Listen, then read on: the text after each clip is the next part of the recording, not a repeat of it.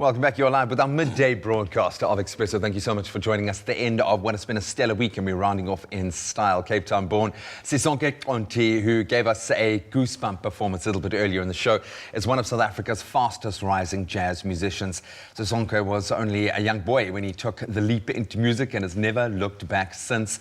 The jazz saxophonist, composer, bandleader now joins us this morning to tell us more about his latest record, set to be released today, I understand. It's actually out. It's out. It's out on all online platforms, so yeah. Little Baby has been released into the world. Yeah. How good does that feel? It feels strange, but it feels good.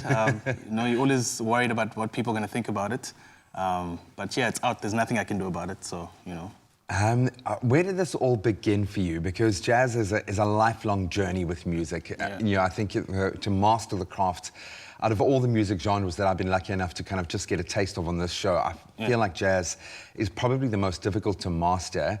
Where did the journey start for you? How did you fall in love with jazz? I think it was because of my dad. You know, he used to play a lot of jazz music at home.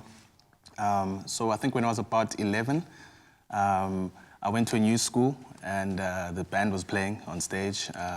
And I kind of made the connection of the music that my dad was playing at home. And I was like, oh, these are the instruments that I guess are playing on my dad's records. And I remember I told my parents I wanted to, play the trombone, in fact. So they went up to the music teachers and they said they didn't have a trombone and they gave me a clarinet.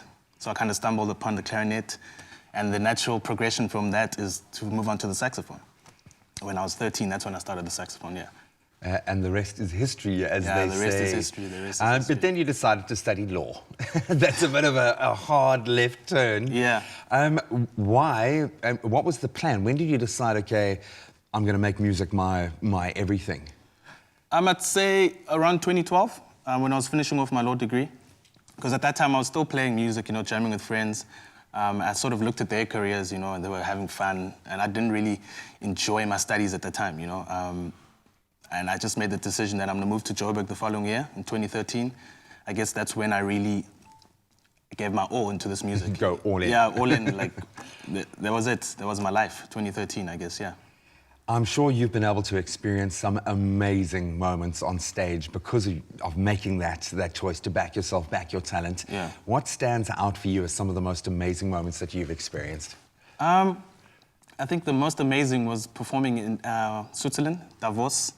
The World Economic Forum. Wow. Like all the world's presidents were there, the top CEOs. It was just fantastic. I was just amazed, to see all these people that I see on TV. And we're getting to perform for them, they were dancing. I think that's the biggest highlight for me. You can feel your mark on the worlds.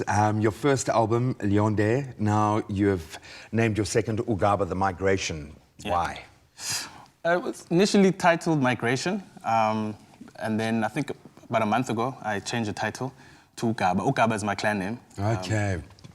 So, it was just about the way I started viewing the world. I always felt like I came from I grew up in the township, but I grew up in a very cushioned home, Things were always nice for me. So I think I went through life like that, even when I got older. And I think around 2016, I'm scared to say I got more conscious, but I kind of, knew the world better. It's an ugly world that we live in. So it was just about the way I changed the way I thought, the way I viewed the world. Hence, I migrated my thinking. Your consciousness. My consciousness, yeah. So that was the initial title. Then I realized, wherever I go, the changes that I go through, my people go through that with me, and that's Ugaba. I love that, man. Ancestors. You became woke, man. You became woke. I'm not woke at all. I'm not woke at all.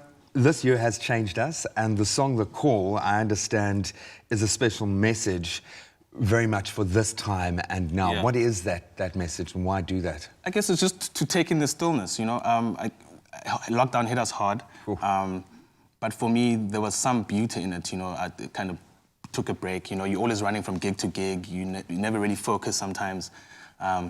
And I just kind of refocused my life and aligned my goals for the first time in a long time.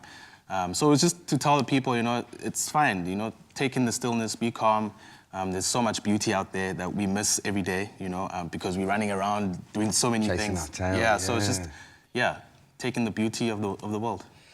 where I know the music, the album's available online, streaming services, downloaded everywhere, and I suggest that you do that, explore the full catalogue of songs that are there. Where can people see you perform? I'm actually performing tonight, live on Facebook. Oh, wow. Yeah, at 7 p.m, so please check that out, yeah. It's free. It's free, baby, free. Free. and you will not regret it. Buddy, thank you so much for that first performance. Thank you in advance for the second performance that's coming. And also thank you for making us some stew, because that's what we're going to be doing in just a moment. We're going to be cooking up a little bit of lamb stew, because you don't come into this studio without cooking up a storm. We'll be in the kitchen in just a moment to prepare one of his all-time favorite meals, and I think one of ours as well. You want to stick around.